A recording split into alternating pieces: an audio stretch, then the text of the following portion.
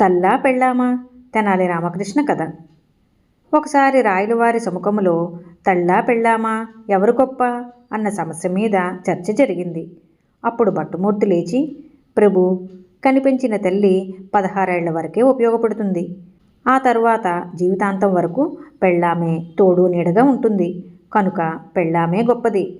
తల్లికి ఎందరు బిడ్డలుంటే అందరికీ తన ప్రేమని వంతుల వారీగా పంచుతుంది. అదే పెళ్ళాం తన ప్రేమంతా మొగుడొక్కడికే పంచుతుంది. కనుక తల్లి కన్నా పెళ్ళామే గొప్పది అని చెప్పాడు. ఆ మాటలకి ఆగ్రహించిన దూర్జటి కవి లేచి, ప్రభు, తల్లిని మించిన దైవం లేదన్నారు. భోజనంలో నిత్యం వాడే ఉల్లిని మాత్రమే తల్లితో పోల్చారు. తల్లికి ఉల్లికి మన పూర్వులు అంత ప్రాముఖ్యతనిచ్చారు. ఉల్లి లేనిదే ముద్ద దిగదు, తల్లి లేనిదే శుభం కలగదు. అలాంటి ఉల్లిని తల్లిని దూషించేవారిని, ఉల్లిని దూషించిన యాగుల్లామును బట్టి ముక్కు కోయగవలదా, తల్లులుండవలయు లేదా ఎల్లుండగవలయు భోజనోత్సవ వేళన్. ఉల్లిని తల్లిని దూషించిన వారి ముక్కు కోయాలి. ఎందుకంటే భోజనం సమయంలో ఉల్లి అయినా ఉండాలి, తల్లి అయినా ఉండాలి.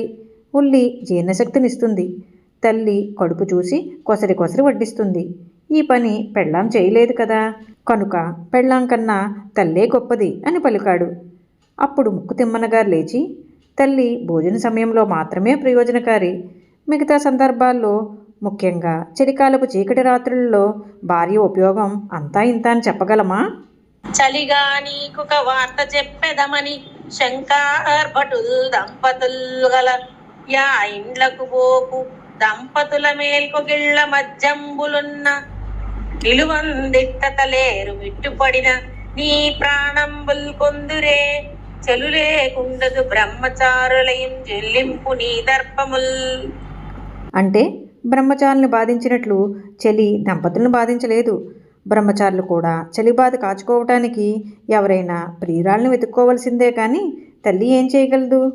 తను ఓ మూలనక్కి చలికి ఓర్చుకోలేక మూలగడం తప్ప అన్నారు. అందరూ గొల్లున నవ్వారు. ఈ కథ మీకు నచ్చినట్లయితే లైక్ చేయండి, షేర్ చేయండి. మరిన్ని మంచి కథల కోసం మా సంపత్ ఛానల్ని సబ్స్క్రైబ్ చేసుకోండి.